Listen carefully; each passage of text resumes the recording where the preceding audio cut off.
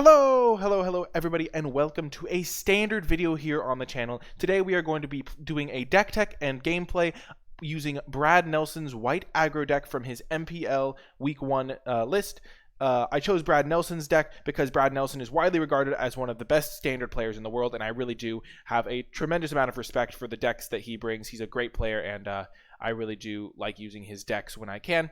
Before I dive into the deck tech and gameplay, though, I do want to let you know that if you enjoyed the video, the best way to help me out is by hitting that thumbs up button, leaving a comment in the comment section down below, and subscribing to the channel to get updates whenever I post new content and to join the community. I truly appreciate each and every person that does that, and it really does help me out more than you know. But without further ado, let's get into the deck tech. This is a mono white aggressive strategy, and what that means is that it does have some blue cards, but I'll get to those later. It means that it's a creature-based deck that wants to flood the board early with as many creatures as it can, and then use those creatures to kill the opponent before they can leverage their potentially more powerful cards. Now, the main creatures I'm going to go through on the curve. Dauntless Body, any creature that's a 1-mana creature that has 2 power in standard is in this deck. So Dauntless Bodyguard, it has a little bit of extra upside in its text. I know my face cam is blocking some of that, but essentially, Dauntless Bodyguard reads that when it enters the battlefield, you can protect another creature, essentially, and then sacrifice the Dauntless Bodyguard to protect that creature.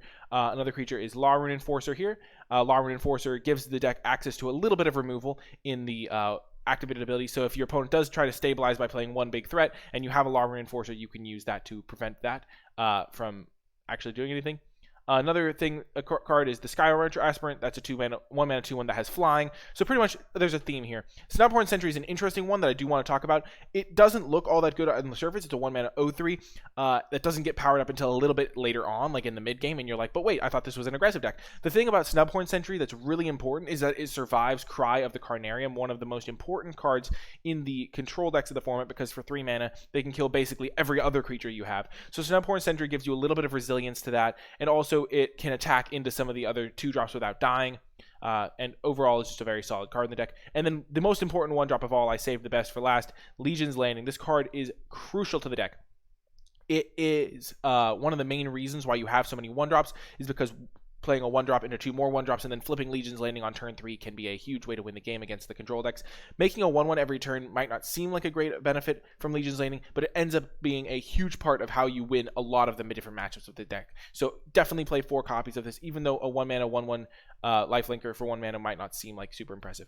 The only 2-drop in the deck is Adanto Vanguard. We do maximize on 1-drops. Instead, we have a ton of 1-drops. We have 19 1-drops, so we can play 2 1-drops on turn 2 a decent amount of the time. The 2-drop that we play is Adanto Vanguard. Adanto Vanguard is super crucial to the deck because it dodges a lot of the spot removal. It doesn't dodge everything. It doesn't dodge Moment of Craving. It doesn't dodge Vraska's Contempt, but it dodges any of the burn spells that will be thrown at it. It dodges Cast Down. It dodges a lot of the removal spells. It dodges Board Sweepers, importantly, as well. And Adanto Vanguard is just one of those cards that hits pretty hard against the control decks and is really hard to deal with. So Adanto Vanguard, definitely a good 2-drop to have access to.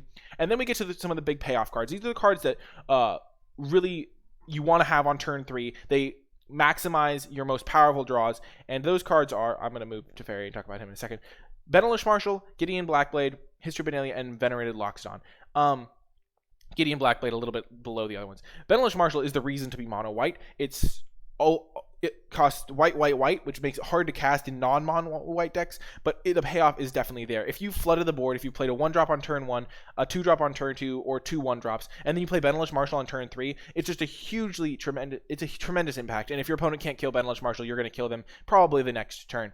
Another massive payoff is History of Benalia. It's just a ton of value in the aggressive matchups, and then the control matchups, they have to deal with a lot of different creatures. If they don't have a sweeper, they're going to be in trouble. Making 2 knights and then threatening a big attack on the following turn is a very brutal game state, and also they stack very well. So if you go History of Benalia into History of Benalia, it's really hard for your opponent to come back. Gideon Blackblade is a new addition, but he is a potent one. He dodges a lot of the sweepers because he's only a creature on your turn. He requires very specific answers, and he hits very hard while protecting and giving utility for your other creatures. So definitely a good tool against control decks. And then Venerated Loxodon as another tool is really good with all the 1-drops you have, because you can convoke this out incredibly early as turn 3, and then go to work with your newly enlarged creatures. It's different from Benalish Marshal in that if you lose the Loxodon, you don't lose the counters that you have, but it does make you like take a turn off to use it, so to speak. Also, the 4 mana, also the 4 body is quite large. The only bits of interaction really in this deck come from the Law Rune Enforcers and then from Conclave Tribunal. A Conclave Tribunal just exiles any threat, and a lot of the time you have a lot of creatures running around, so it can use the Convoke pretty effectively. And then finally, Teferi Time Raveler. This is one of the main reasons for us to be playing blue. This card is a complete house against the control decks. It turns off their counter spells. It turns off instant speed removal. It just makes it very difficult for them to play their game plan. It also can bounce things like Search for Azcanta or their Conclave Tribunals if they targeted a Benelish Marshal, so you can get some extra value. It's just a very effective card and a card that really drastically changes the landscape. The mana base is pretty simple. You need to have all white sources for the Benelish Marshal, so 12 plains, 4 Gallicio Fortress, 4 Hollowed Fountain. The sideboard is really interesting and one of the main things that you gain from looking at Brad Nelson's list, because he really tests each and everything very specifically. So Demystify is for experimental frenzy decks, and then decks that might have things like Search for Azcanta or a Baffling End or other Conclave Tribunal decks. Spell Pierce is it's interesting that he uses Spell Pierce, because you might think, well, you're gonna have blue mana, only 1 blue mana anyway, why would you want to make it so cheap? But you can cast like 2-drop and then have a Spell Pierce up. It's just a very effective card. 1 Disdainful Stroke and 3 Dovin's Veto round out the counterspell package. Dovin's Veto is really impressive because usually you'll only have access to 1 counterspell, so your opponent can't just wait until they can protect their own important spell with counterspell backup, because Dovin's Veto just says no to that. 4 Baffling End for other creature matchups. Disdainful Stroke for just decks that run big spells like Nexus and control decks. A couple Deputy of Detention for when you need answers to specific threats. It's good against the mono white decks because it can kill like a bunch of their History of Benalia tokens or their Benelish Marshals, and white decks don't tend to have a ton of removal themselves. 2 more Teferi Time Ravelers for the control matchups, and then 1 island to help you cast all of those blue cards out of the sideboard. Anyway, that is going to do it for the deck tech. I really hope you enjoyed it. Remember to hit that thumbs up. Leave a comment if you have any questions about the deck tech, and let's get into some matches. Hello, and welcome to a match with the Mono White Aggro deck used by Brad Nelson. You definitely want to be playing first with this deck. You want to get on the board early, and you want to kill your opponent before they can get their own threats into play. So definitely a deck that plays first. And this hand is excellent. We have a 1-drop followed by another 1-drop, and then a lot of our powerful 3-drops, so we can choose which 3-drop to play based on the matchup. And there's a decent chance with 18 1-drops that we top deck a second 1-drop to play on turn 2. This hand is a little bit painful because of the Hollowed Fountains, but it does ensure that if we draw Teferi, we can play it, which is important depending on the matchup. Hopefully our opponent is not also playing an aggressive deck, but if they are, History of Benalia gives us a decent amount of value, and Gideon Blackblade can make our be good against control decks. So overall, in pretty good shape, definitely paying the 2 life. And I like to lead here with a Sky Marcher Aspirant, because then Dauntless Bodyguard can protect it, and that means if my opponent does have a sweeper, then I can only lose 1 of my creatures instead of losing both of my creatures. If you do have Legion's Landing in Game 1 situations, it really comes down a little bit, not really a ton to preference. Usually it's correct to play Legion's Landing in case your opponent has a Duress or a Thought Erasure. If your opponent is going to have a Thought Erasure mana available, it's pretty much always correct to play Legion Landing on turn 1 so that your opponent's control deck can't take your important spells. Here we are going to get a Adonto Vanguard into play. It's just the most power, uses our mana the most efficiently, and then we will attack. The Simic land tends to mean something like Nexus, though there could be some Sultai running around. Sultai is not a particularly good matchup because Wildgrowth Walker can be problematic, but you can oftentimes race Nexus if they don't have too much going on. Okay, so Search for Azcanta. We don't really care about Search for Azcanta. We're going to try and kill them. Hitting a land here is crucial, and we do. On this turn, we have a difficult decision. Gideon is a slower clock than the other 2 options. I think History of Benalia is likely correct because that ensures that we're going to kill them in 2 turns from now, which means that they really have to have a very specific set of answers in order to stabilize. If we play Benelish Marshal, we will hit them for 4, 7, they go to 11. The next turn, we won't be able to finish them off because we're going to be hitting them for 10. This will be 3, and this is 4. So yeah, we're hitting them for 4, 7. Yeah, so we hit them down to 11. And then we would hit them for 3, 4, 7. We'd hit them down to 1. So we're just short of having lethal if we use that option. History of Benalia also protects us from if they have like a bounce, a blink effect, like a bounce effect.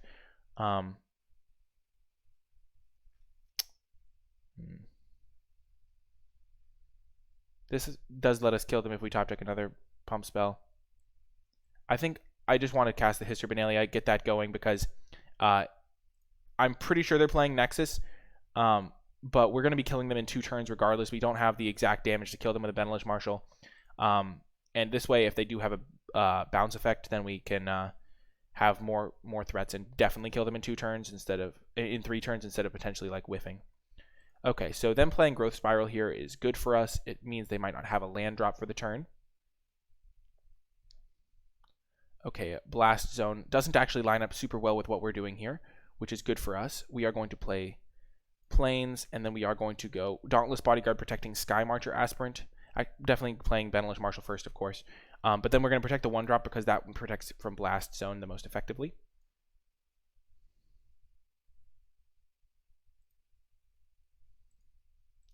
And now my opponent really has to go off here in order to win. They have to get multiple Wilderness Reclamations go their way. Like they have to go Wilderness Reclamation and then multiple Fogs while they build up to a Nexus. And then they have to flip this Search for Azcanta. And yeah, I think we're going to win this game. Yes, okay.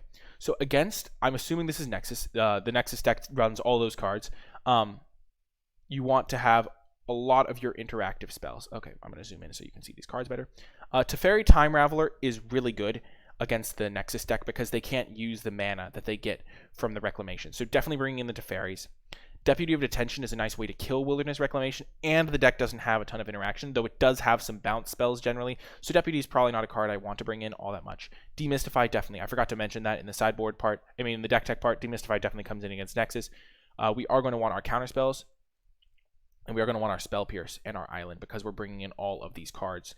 That being said, we are going to have to cut a lot of cards. One card that I like to cut myself in this matchup is Venerated Loxodon because you generally don't want to be taking turns off from attacking, which means you want to cut a couple of these or maybe even more than just a couple. So I like to cut Venerated Loxodon, though I'll probably end up bringing in back in some number of those. While Gideon Blackblade's not your greatest 3-drop, it's still like a generally high-powered 3-drop, so you to keep those in a decent amount. And then on your 1-drop front, Larune Enforcer doesn't really do anything because they don't have any creatures.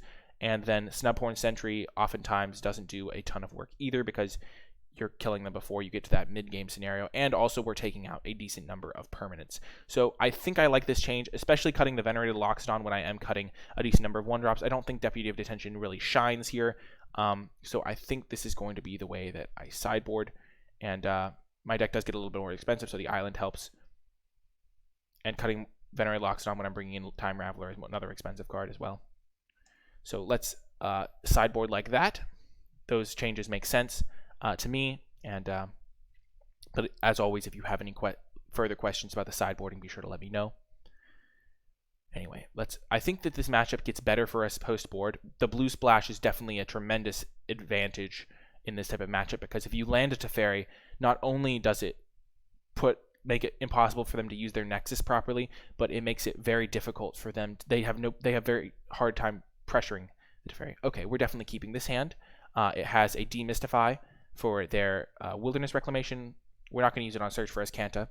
And it also has a lot of pressure. Here, I do like leading with the Sky Marcher Aspirant because it just hits them harder. This isn't a matchup where they're going to be taking the Legion Landing from my hand, and it's also a not a matchup where yeah,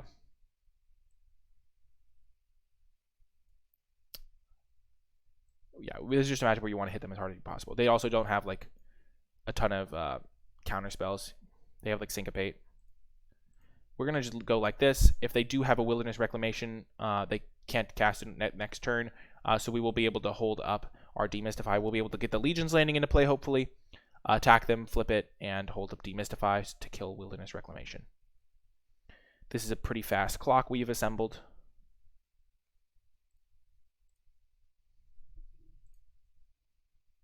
Okay, I think it would be best not to play History of Benalia. They have Syncopate in their deck. They have Sinister Sabotage. So here we are just going to play Legion's Landing pre-combat. This will eat a counter spell, I think. But now at least we have Demystify up. Oh, that's good for us.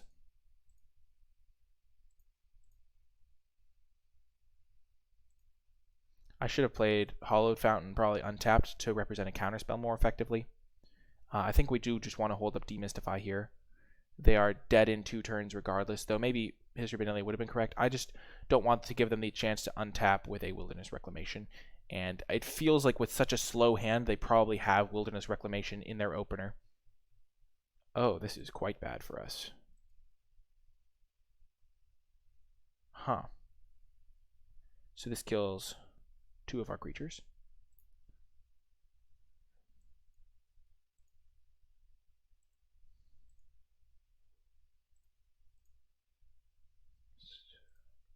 That is incredibly interesting. I would think they would use their Blast Zone here. So now we have up fake Counterspell, and also we present lethal through a Blast Zone. Though I guess they can't really afford to use Blast Zone. We'll let that resolve. I mean, we can't stop them from resolving it anyway. This Search for Azcanta is not the card we really care about. We just want to kill Wilderness Reclamation for sure. It feels like they can't win this game if they don't play a Wilderness Reclamation here. Like, obviously, they can stall for a couple turns.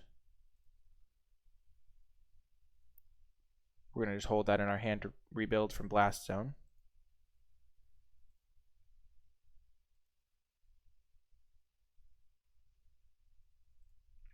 Yep. So we'll just be making a 1/1 here, holding up our Demystify as well. This thing isn't particularly close to flipping. We still just care about the Wilderness Reclamation. If he goes to cast it, then we just win.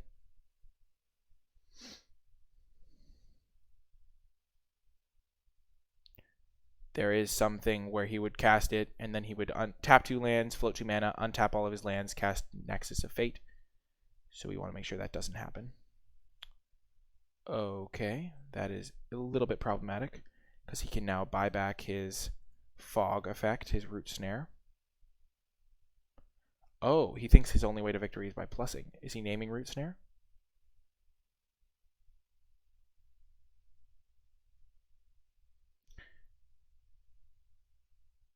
Nexus of Fate, okay.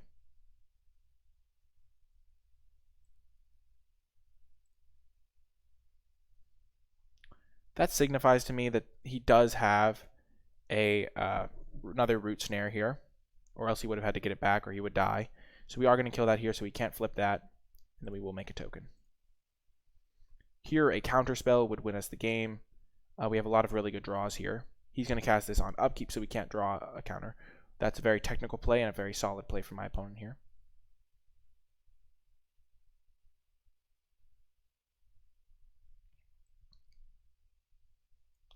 We're going to play Sky Marcher Aspirant and another Protector for it.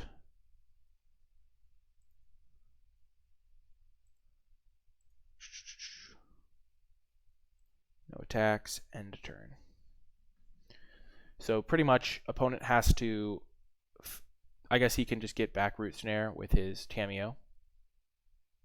Tamiyo is evil like this. We do have to draw a counter spell at some point to disrupt this chain, because we're giving the opponent is gaining a lot of time here. Okay, Growth Spiral. I think having one sideboard hate piece and a relatively fast clock made that opening hand to keep, but with more experience in the matchup it could be different. I think drawing a Teferi would just put this game away.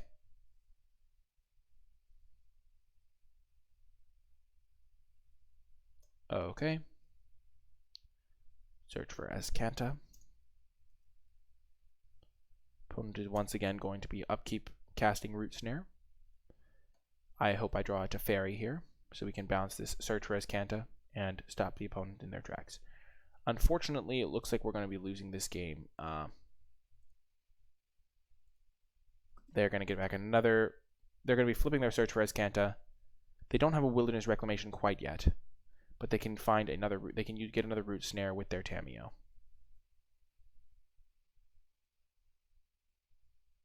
And they kept it on top. That's a bad sign.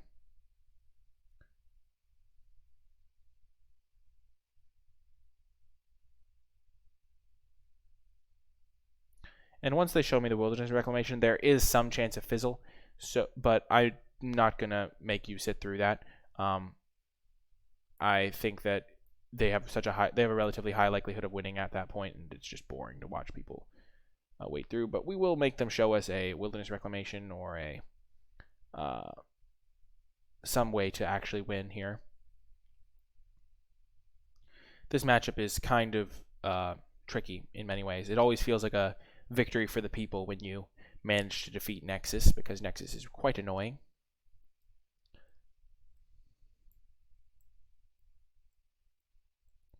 Maybe we do want Deputy of Detention in this matchup to take out Tamios and things of that nature, but as I said, I think that they do run some bounce spells, or they have in the past. Oh, he's plussing. That's a bad sign.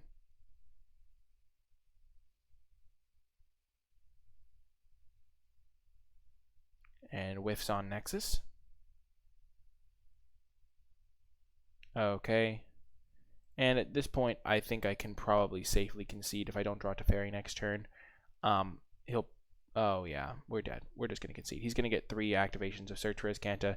He's already milled a bunch of his cards. He's going to find a Nexus and just win the game there. Okay. Do we want a Deputy of Detention is a question. It could just be better than Gideon.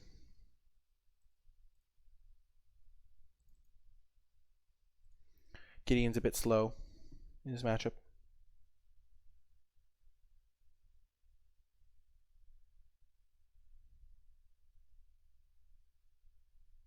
And we will cut another Snubhorn Sentry. Did I have 61 cards in my deck?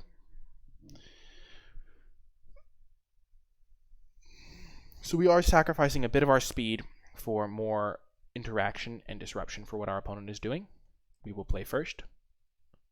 And this hand is not keepable, I do not think. It's not fast enough. It only has 1 piece of hate, and it's got 4 lands. This hand, however, is a keep. If it hits 2 lands, it's going to win the game. And we do have a decent number of lands in the deck now. It doesn't get to start on turn 1 because Glacial Fortress comes in tapped. But the most important part is going to be resolving this Teferi. And if we can do that, we're going to win the game. Because Teferi is just so good against Nexus. We don't have to resolve Teferi on turn 2 even. I mean, on the next turn even. It would be ideal to prevent counter spells from being held up, or... Yeah, now it would be ideal because he's tapped out of mana. And Teferi is just a very good card in this matchup. Perfect.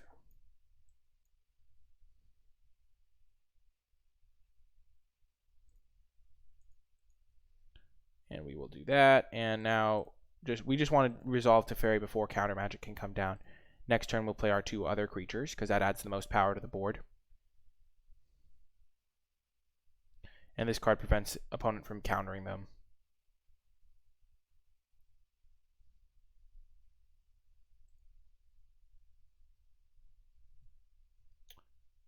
Interesting.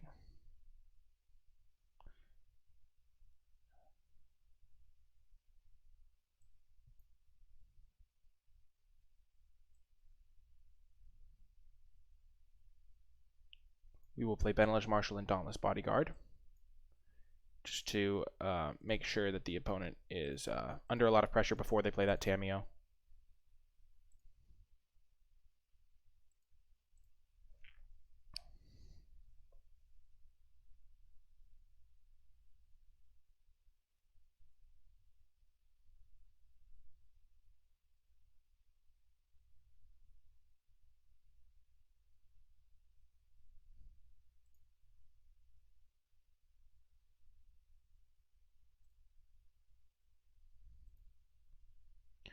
Opponent's in a tricky spot here. We're going to play Legion's Landing here. They're in a tricky spot because if they want to cast like their proactive cards, it's going to let me resolve Teferi. So they're clear. I'm pretty sure they're holding up a counter spell here. But now they kind of have to activate Blast Zone. Okay, blink of an eye. Sure.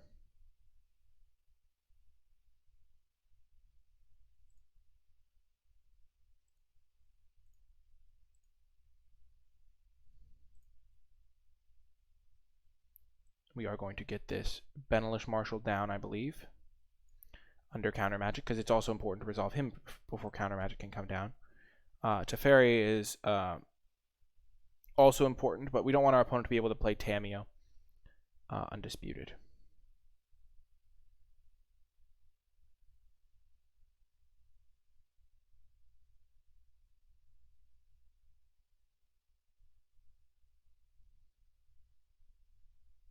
Okay, resolves.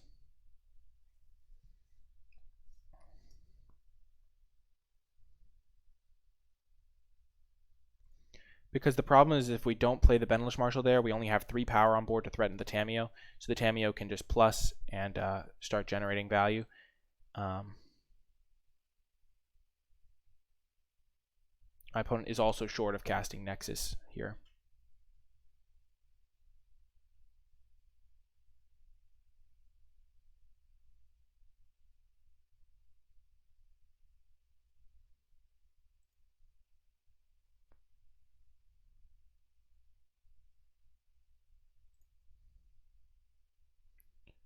We will attack to flip this Legion's Landing.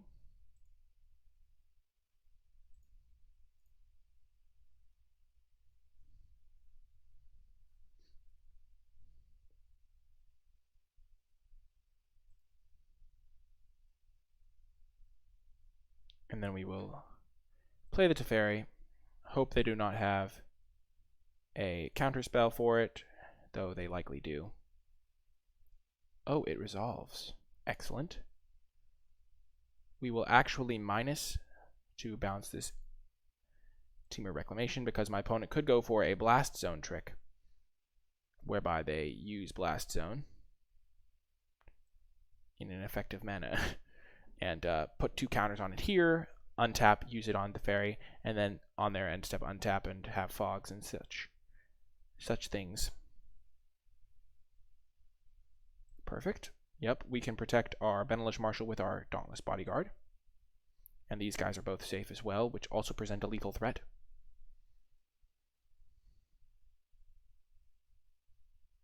So my opponent does not have a counterspell.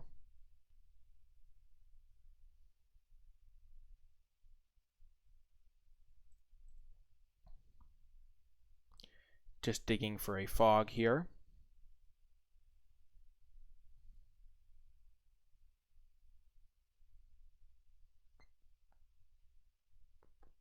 So even if they can only cast spells, they can still activate their blast zones. So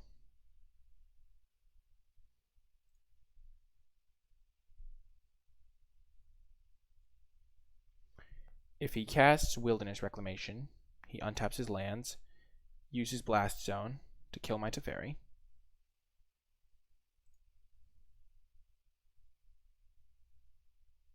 And then he untaps and can cast his Fog. So he still needs a pretty specific set of cards. But Tamiyo plus a Fog would be very tricky for me to deal with. I would have to draw certain answers.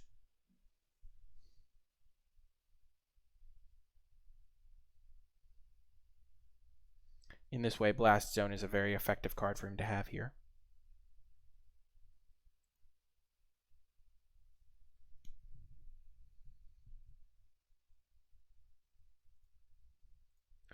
Letting me get this plus off means he can't cast a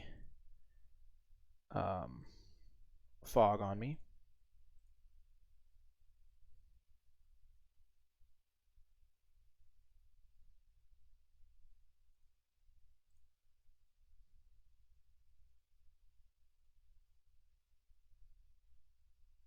Oh no, the plus doesn't do anything about that.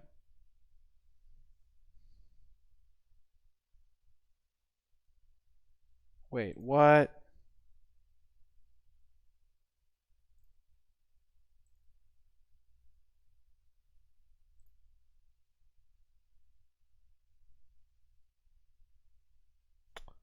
Did I not have my... I was sure I had my Benalish Marshal protected.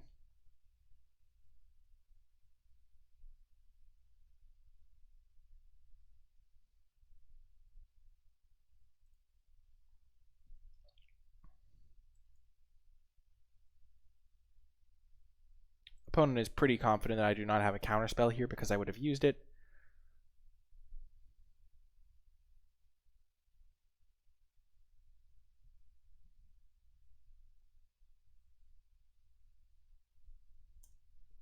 It's a little bit unfortunate that I didn't draw a counterspell this game.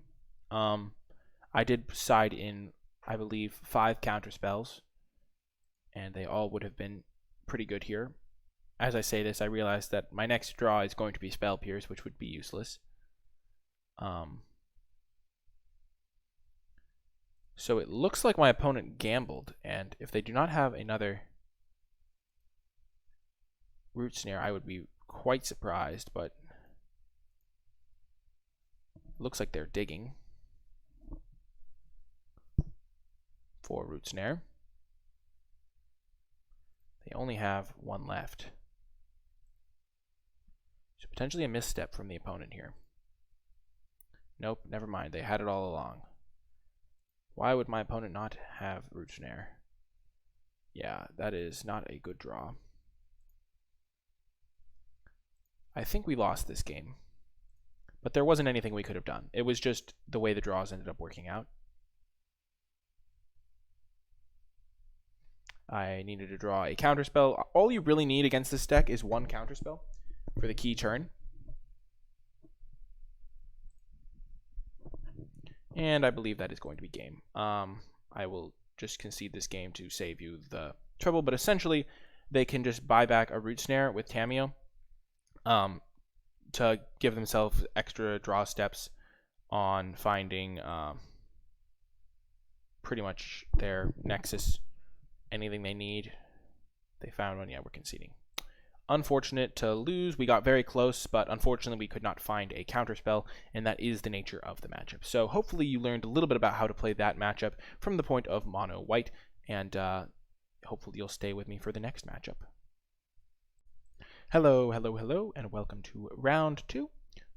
We are going to choose to be on the play as we did last time, and this hand is quite solid. It does not have blue mana for Teferi or a third land for Benalish Marshal, but it does have enough stuff going for it that I think it is worth keeping and is better than a mulligan to 6. Let's see what we are up against. We are up against a control deck, it looks like, and that was a fine draw. Unfortunately, some of our cards are going to be taken from us here, but probably by a thought erasure, I would presume. But we have 3 very powerful options, so I am going to be fine regardless of what he takes, as long as I draw a land. If I do not draw a land, this hand does become a lot more awkward. But if I can land a History of Benalia or a Benalish Marshal, or ideally a Teferi. I can't cast Teferi, so it might be less likely that he takes it. But a land would be a nice here. Perfect. Oh, goodness. Paying the 2 life, of course, to get this Teferi into play. I think Teferi is the correct... actually, I think Benalish Marshal's probably slightly more correct, as I say. I think, even though I am not in a great spot against Cry of the Carnarium, I now present very close to lethal next turn. So Cry of the Carnarium would obviously be bad here for me here. Oath of Kaya, okay.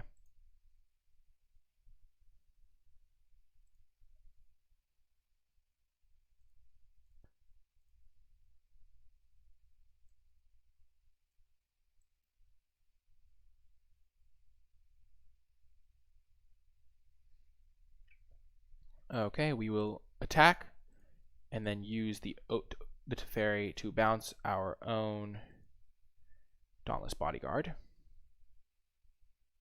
and replay it.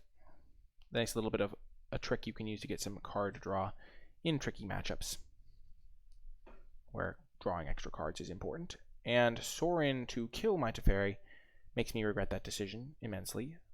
Yeah, not great.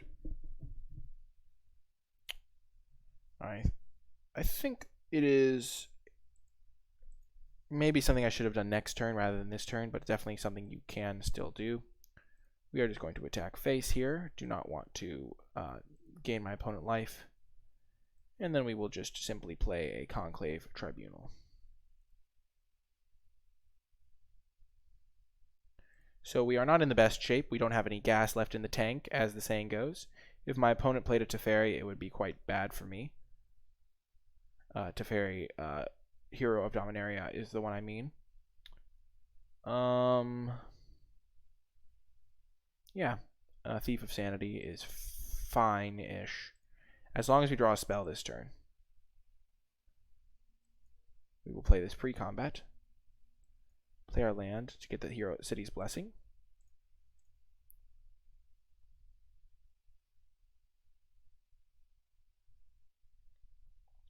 I think it's better to do 2 damage to my opponent and set up a lethal next turn rather than sacrifice the Dauntless Bodyguard to protect my 2/1 flyer. The fact that he is blocking with a Thief of Sanity is good for me. Here, since he is at 4 life, we will just threaten lethal. Interesting, of course. We shall attack. Oh, this is quite good for me. This is why you play your cards post-combat, because now I have a lethal attacker. My opponent has 1 card in hand. Maybe it's removal, maybe it's not. But if it's not, then we can just win this turn. Aw, man. No, we were so close. So close indeed. Oh, that looks like it signals removal to me. I would think that one of the other lines to consider would be minusing on Conclave Tribunal, plussing, and then living at 1 life. Unfortunate that the game ends this way. Here we are just going to concede. We don't have any tools. He can just answer anything we draw, essentially. He's drawing 2 cards a turn. We have a land in hand, so we are just going to concede this game in the name of keeping this interesting. Okay, this is a similar type of sideboarding to the Wilderness Reclamation deck, except we do not really want Deputy of Detention due to the number of removal spells in the matchup, and we do not really need to demystify. So we will bring in Teferi Time Raveler, Spell Pierce, Disdainful Stroke, Dovin's Veto, and Island. And in this matchup, we do not need... Law-Rune Enforcer is actually a fine card to keep in because Thief of Sanity is a card that they remain decking, it looks like. But I do not like Snubhorn Sentry in this matchup because they keep the board clear enough that you want to have all of your cards actually matter, and I do not think Snubhorn Sentry really matters. They don't care about it, they just ignore it generally. Gideon's quite a nice card in this matchup. And then I'm not a huge fan of Venerated Loxodon because I generally don't like playing it into like too much because they just like board sweeper you. So I'm going to cut Venerated Loxodon as well because I am adding some expensive cards in the 2 extra Teferi Time Ravelers here. I do want to keep a relatively low curve if I can because my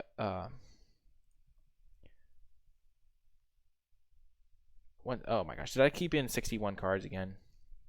I think I did, potentially. No, never mind. I think we're good. We shall play first. And here we do have a Spell Pierce and a Gideon, so those 2 cards make this seem like a much better spot to be. So we will play Plains first and Sky Marcher Aspirant. Getting this Gideon into play could be crucial.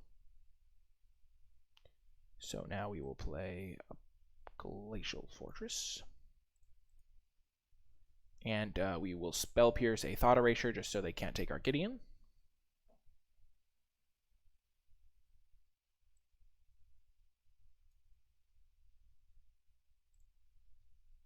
We are going to be a little bit patient here.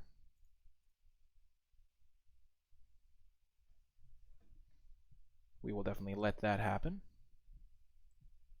Get our Law-Rune Enforcer into play to stop Thief of Sanity.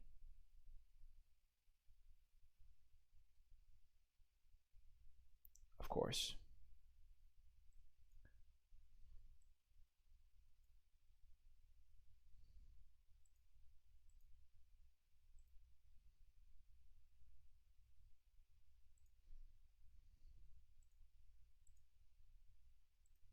No attacks. End turn, we will use our Law-Rune Enforcer to tap down the Thief of Sanity.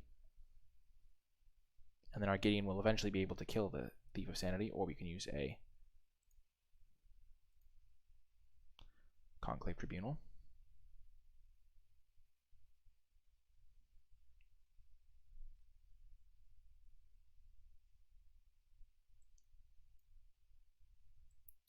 So here we're going to go Legion's Landing, use the token to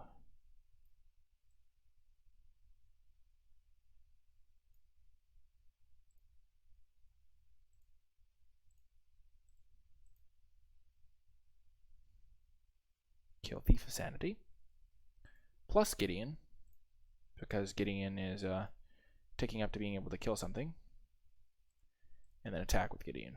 And things are relatively okay for us. If we find another creature, then this thing threatens flipping, which is very good in the control matchup.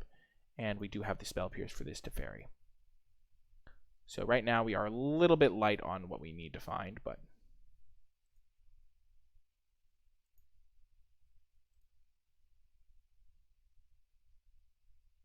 sure, we will give Vigilance.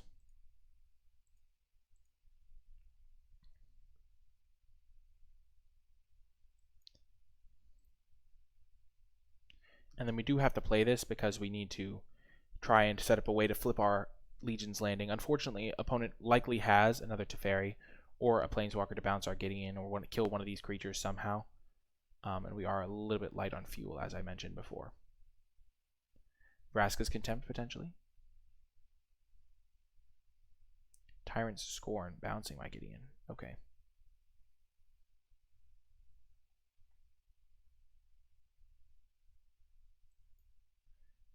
Well, let's hope for the best.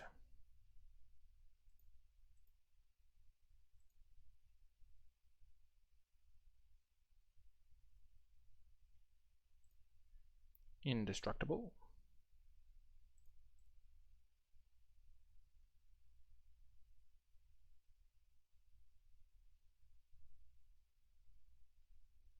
That's not ideal. I would describe that as far from ideal.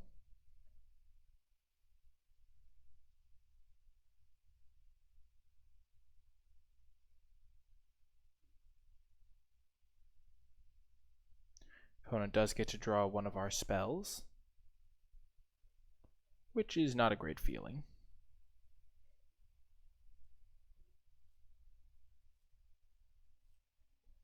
And Teferi, and that is game. We are... Oh. We'll live to see another draw step, I guess. Well, well, well. Things are shaping up.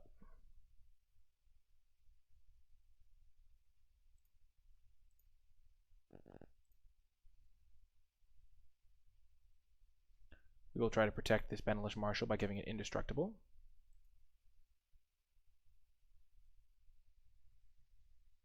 Gideon will attack the Teferi. This creature will attack his face.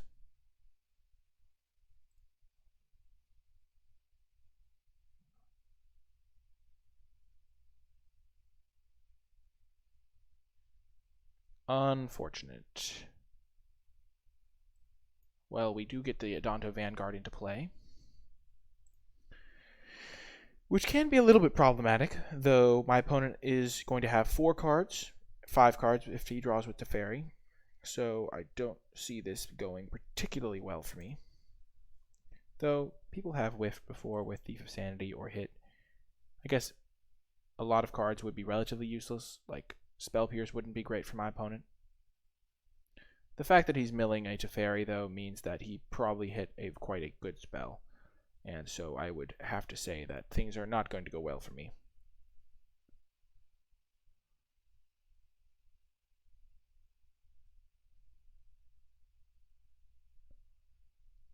Oh, he probably hit the other. Yeah, he hit a Teferi off of it.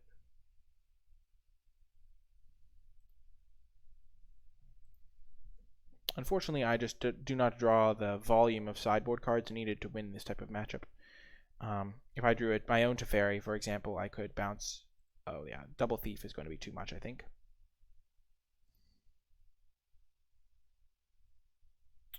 And we will scoop it up. Unfortunately, we were not able to get a win, but I hope you'll stay with me for the final round of the video. Hello, and welcome to the final round of this video with Mono White using Brad Nelson's list.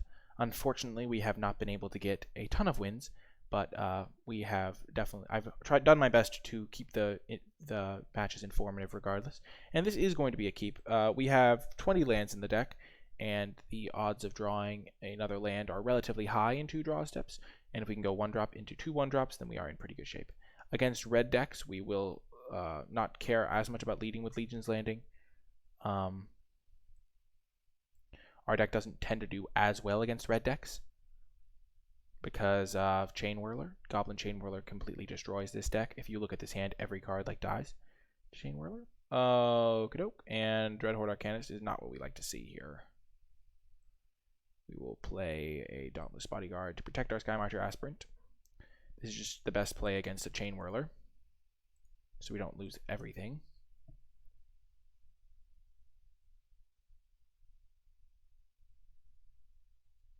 I'm not as familiar with Dreadhorde Arcanist in Standard. Maybe it's the Jund Thud deck that I have played before, but it doesn't seem like it. Maybe just in addition to Red-Green Stompy for some extra combo potential with Collision Colossus.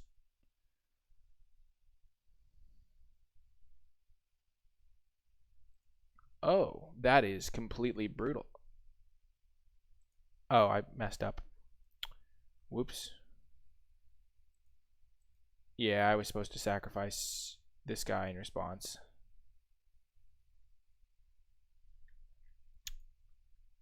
Yeah, I really blew that one. Yeah, it would not going to make a huge difference. We're just going to scoop this one up.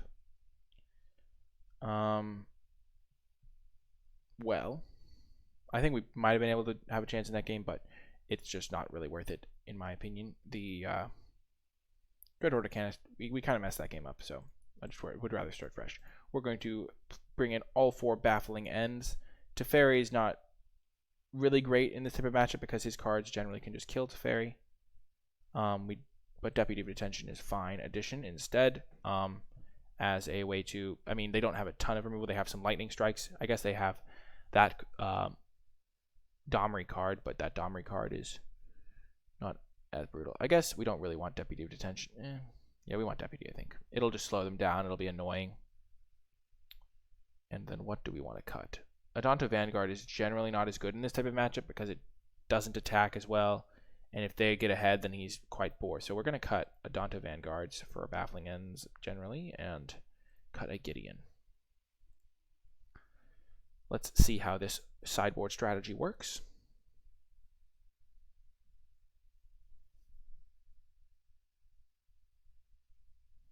We will play first. And we will mulligan this hand because we do want to hit. Oh man, this is tricky because if we hit a land on our first draw step, we're in fine shape. But on the play, I think we can do better. Oh man, this is another tricky hand. History Benalia is one of our better cards in this type of matchup, and going to 5 is so bad, so we will keep this hand. And Legion's Landing is going to be good in this matchup, I think, especially with History Benalia. It's better than a random draw, I'd say. Opponent also mulligan to keep things fair. Very honorable.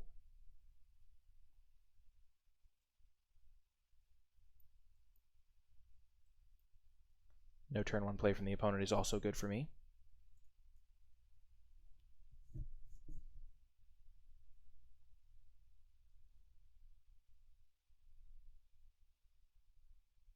Dreadhorde Arcanist, okay. We will get the Benalia out. Give ourselves a decent chance of flipping this Legion's Landing next turn. And if we can flip it, we can play Gideon and Snubhorn Sentry. 3, 4, 5, 6, 7, 8. And he's pulling the same dumb combo that he pulled last time. What? That's annoying. That's very frustrating. Oh my goodness. That's got to be probably the best start he can have in this type of deck. Okay, we'll play Gideon. We'll play Snubhorn. Do we have 10? Yes, we do. Perfect. +1. Give this one Vigilance.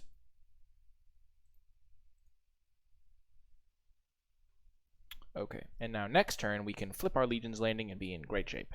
Our opponent did miss a land drop, so they are going to be in a little bit of trouble if they miss again. If he attacks Gideon, we'll just let him hit Gideon. Okay, Lava Coil, sure.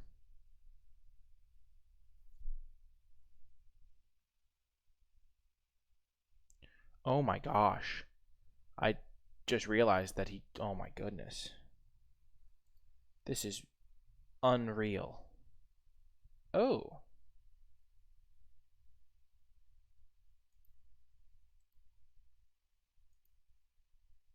Vigilance. We will attack with both. Gideon doesn't need to be any bigger. Okay, that was a fine draw, but I fear my opponent will have more Dreadhorde Arcanist shenanigans going on here.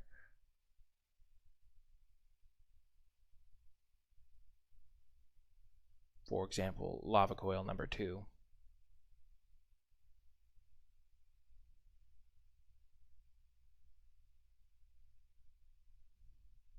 Definitely going to block the Dreadhorde Arcanist, keep our Gideon alive as long as we can. And Baffling End is a perfect draw here. We are going to kill Dreadhorde Arcanist. We will use Gideon to give our Venerated Loxodon Vigilance.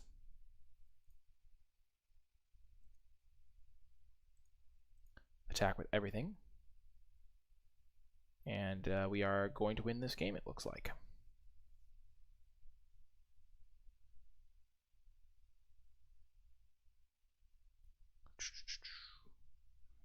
I think we are going to maybe bring in... I don't think it's worth having counter spells because they're sometimes hard to cast for our deck.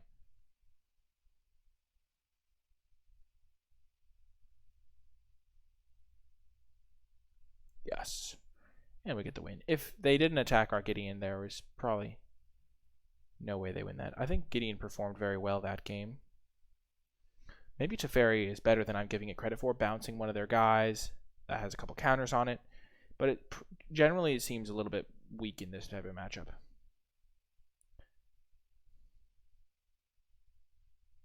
I guess it's good against Dreadhorde Arcanist shenanigans, but I don't think they're going to be able to do that every game. I think we're just going to keep it like this. Maybe we want one more. Yeah, I guess on the draw, Gideon's not as good. I think we're just going to run it back like this.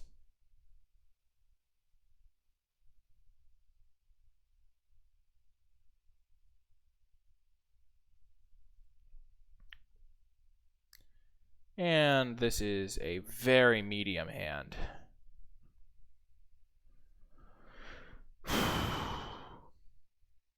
It does have turn 3 Loxodon. I think we're going to mulligan that hand. It just doesn't do as what you need to do. And then we keep the essentially same hand, but I think we can do much better than that previous hand, and this hand is essentially the same.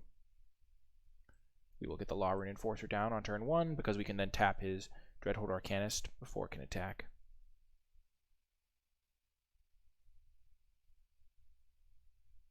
And also Benelish Marshal is a little bit more reliable than a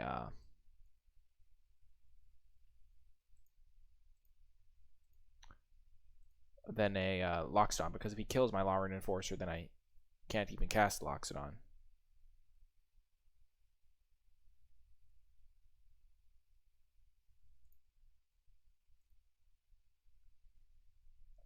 Okie doke. So he's starting the Growth Chamber Guardian value train. Oh, we are starting a value train of our own, though. Little does our opponent know. Value is coming. So we're going to go Benalia into Marshall, which is good enough to beat almost any creature-based deck that doesn't have sweepers, which is this exact deck. So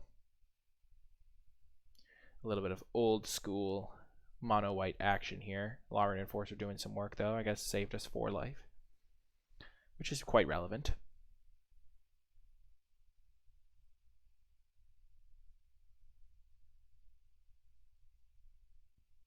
Well, well, well.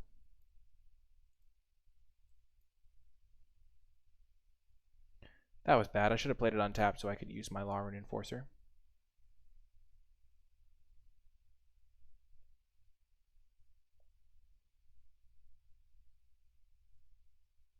That was quite poor, actually. Very poorly played. I totally forgot that I had Law Rune Enforcer for a brief moment. However, things are still going quite well. Next turn we can cast Benelish Marshal and use Law Rune Enforcer to tap down his 4/4. If we draw a land, we could go Benelish Marshal plus Baffling End. The thing with using Growth Chamber Guardian is it doesn't fare so well against Law Rune Enforcer, where you can just tap it down. If we had played that land untapped, we'd be in even better shape. Just goes to show you, Magic's very complicated, and even such a thing as not shocking yourself with your land can be a very difficult result.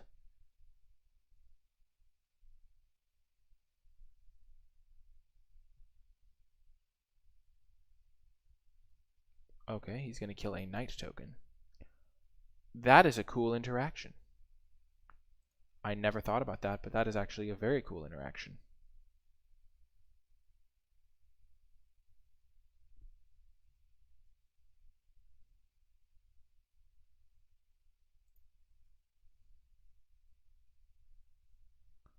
Okay, so we will play our Benelish Marshal, and now all of our creatures can attack.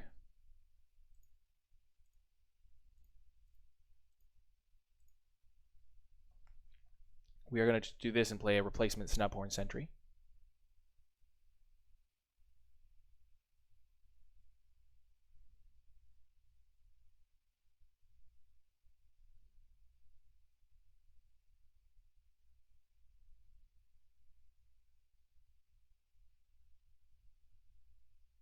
Imagine if he didn't have a 4/4 to block, he would just be basically dead, I think. So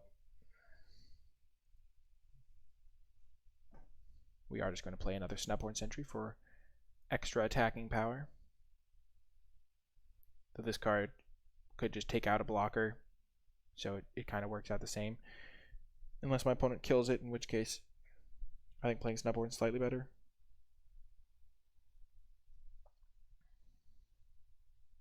Okay.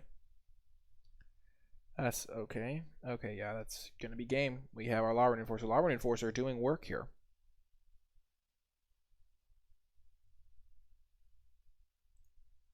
Let's tap that.